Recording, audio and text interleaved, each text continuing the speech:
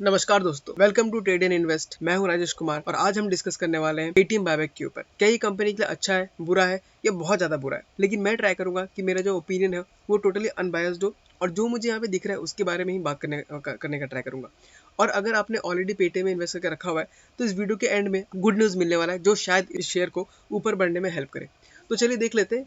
Money control में एक article release हुआ जो बता रहा है कि पेटीएम के बायबैक के बारे में अच्छा या बुरा है। आईपीओ लॉन्च होने के बाद ये अपने हाई से 70% डाउन हो चुका है और उसके बाद कंपनी जो है बायबैक अनाउंस करती है।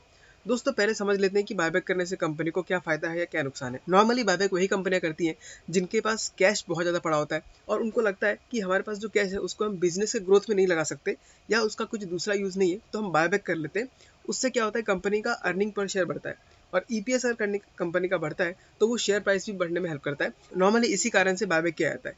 लेकिन अगर मैं यहाँ पे ध्यान से देखूं तो पेटीएम जो है एक ऑलरेडी लॉस मेकिंग कंपनी है और इसमें नियर फ्यूचर में प्रॉफिट बढ़ने का भी कोई चांसेस बहुत ही कम नजर आते हैं। तो क्या क्या ये सिर्फ एक गिमिक है, क्या सिर्फ एक नौटंकी है जिससे ये जो हम जैसे रिटेल इन्वेस्टर्स है उनको फंसा सके कि हम जाके और उनका स्टॉक बाय करें?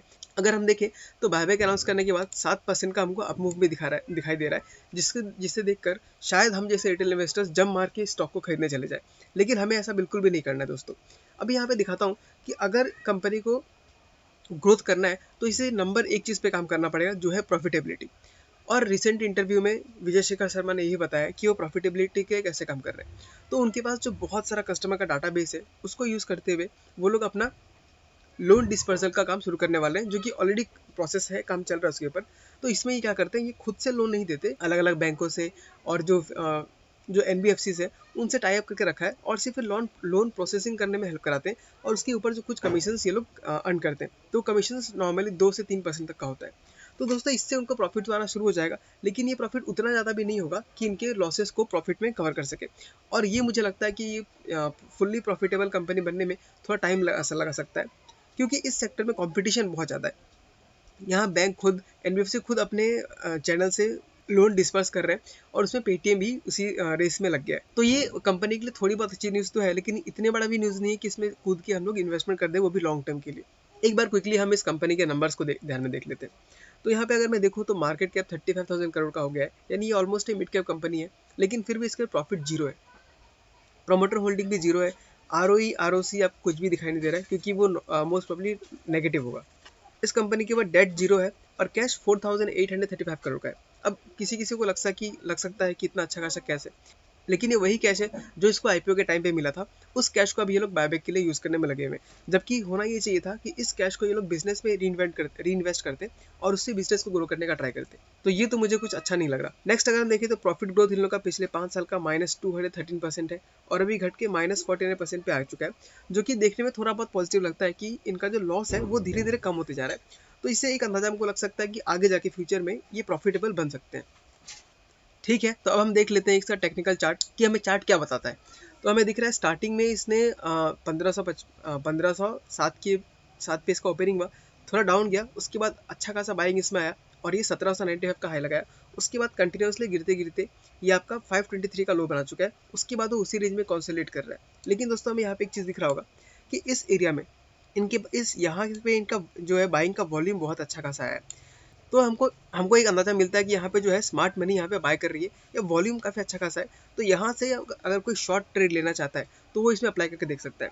अब इस डाटा को कंफर्म करने के लिए मैं जो गुड न्यूज़ बोलने वाला था उस पर ध्यान दे देते हैं। तो यहाँ मैंने खोल लिया टिकट टिप और यहाँ पे मैं अगर होल्डिंग में जाके देखता हूँ, शेयर होल्डिंग पैटर्न में, तो मुझे दिखता है कि प्रोमोटर का होल्डिंग जीरो है, जो कि क्योंकि उन्होंने पूरा बेच के अपने निकल गए थे। म्यूचुअल फंड्स अभी धीरे धीरे उन्होंने बाइंग स्टार्ट किया, आप देख सकते हैं 0.8% से 1.26% पे आ चुका है, हल्का हल्का बाय कर रहे हैं। डीआईएस का देखें तो उन्होंने फुल्ली अपना बेच के निकाल चुके हैं।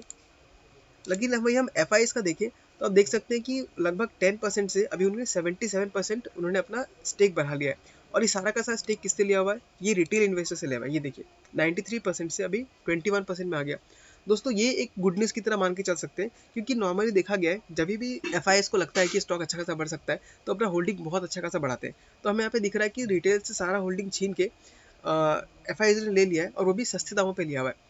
तो अब हम ये देख लेते हैं कि स्टॉक में कर क्या सकते हैं। तो मैं यहाँ अपना ओपिनियन बताने वाला हूँ। अगर आप नया से इन्वेस्टमेंट करने का सोच रहे हैं तो जहाँ तक मेरा ख्याल है मैं उससे दूर रहना चाहिए, क्योंकि हमारे पास स्टॉक मार्केट में और भी बहुत सारे कंपनी है जिसमें आप इन्वेस्ट कर सकते हैं और सेफली रिटर्न कमा सकते हैं। हाँ, अगर आपको बहुत ही ज़्यादा मन कर रहा है इन्वेस्ट करने का, तो उतना ही अमाउंट इसमें लगाइए जितना कि आपको डूब जाने से भी फ़र्क ना पड़े। अगर आपने इसमें पहले से इन्वेस्ट करके रखा है, बहुत दोस्त तो मेरे ऐसे हैं जिन्होंने आईपीओ के टाइम से इन्वेस्ट करके रखा हुआ है और अभी भी वो बेचना नहीं चाह रहे। तो उनके लिए गुड न्यूज़ ये है कि शायद ये इसका बॉटम बन चुका है। आप इसको होल्ड कीजिए और जब ये ऊपर बढ़ने लग जाए तो उसको प्रॉफिट बुकिंग करने का या जितना आपका लॉस कवर हो सकता है वो करके आप इससे निकल जाइए और दूसरे स्टॉक में इन्वेस्ट कीजिए। तो बस यही आज मेरा पेटीएम के ऊपर ये मेरा अपना व्यूज़ है। तो दोस्तों आप कमेंट करके बताइए कि आप इसको होल्ड करने वाले हैं या आप इसको प्रॉफिट निकलते ही बेच देने वाले हैं। और अगर ऐसे ही अपडेट आप रेगुलरली पाते रहना चाहते हैं तो इस चैनल को सब्सक्राइब कर लीजिएगा, वीडियो को लाइक कर दीजिएगा।